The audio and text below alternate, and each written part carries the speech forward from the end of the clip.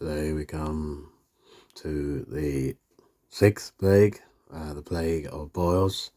Of course, the sixth, the third, the sixth, and the ninth. Every third one was no warning. The third plague was the gnats from the dust of the ground, and the sixth plague here is the plague of boils. And we're in Exodus chapter 9, and it's just a few verses, in verses 8 down to verse 12. Let's read it. Then the Lord said to Moses and Aaron, take handfuls of soot from a furnace, and have Moses toss it into the air in the presence of Pharaoh. It will become fine dust over the whole land of Egypt, and festering boils will break out on men and animals throughout the land. So they took soot from the furnace and stood before Pharaoh. Moses tossed it into the air, and festering boils broke out on men and animals. The magicians could not stand before Moses because of the boils that were on them, nor the Egyptians. But the Lord hardened Pharaoh's heart, and he would not listen to Moses and Aaron, just as the Lord had said to Moses. And so we come to the sixth plague, and our first point is God uses simple things to bring great judgment.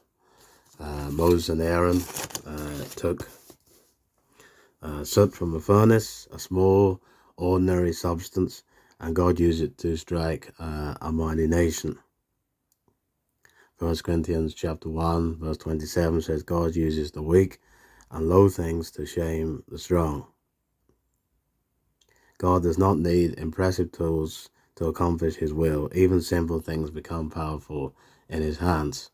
Notice that this miracle was done in the presence of Pharaoh.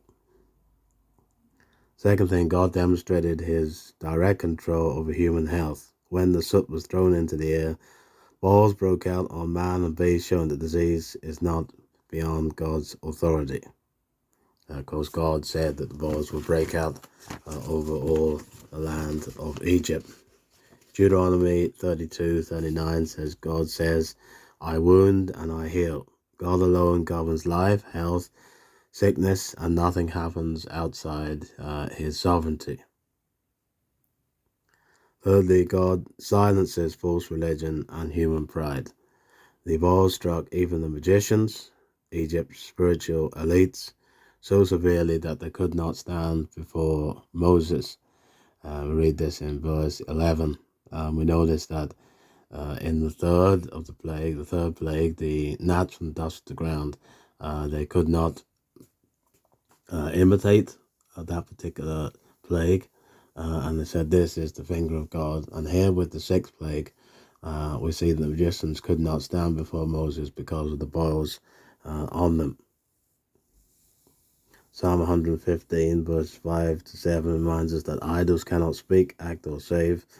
This is what Pharaoh and the people of Egypt and the Egyptian leaders and officials relied on. They relied on the false gods and idols, but they are powerless. Human power, science, magic, or religion cannot stand against the true God. God brings down pride and exposes false spiritual authority.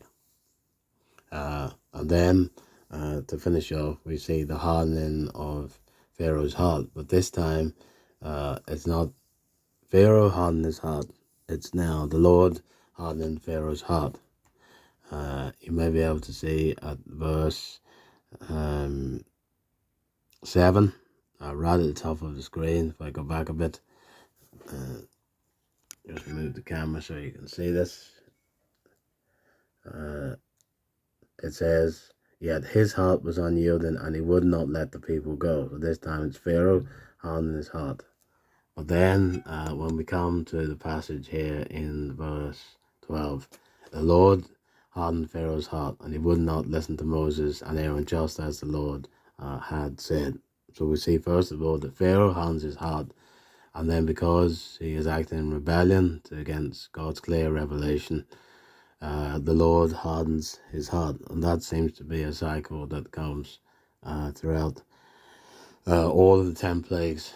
Pharaoh hardens his heart first, and then God hardens his heart because of his rebellion against God. And so The points were God uses simple things for great judgment. God controls human health and sickness in his sovereignty. God exposes fool's power and humbles the proud. And we see Pharaoh, God hardens hearts that will not respond to his word and clear revelation. Thank you for listening.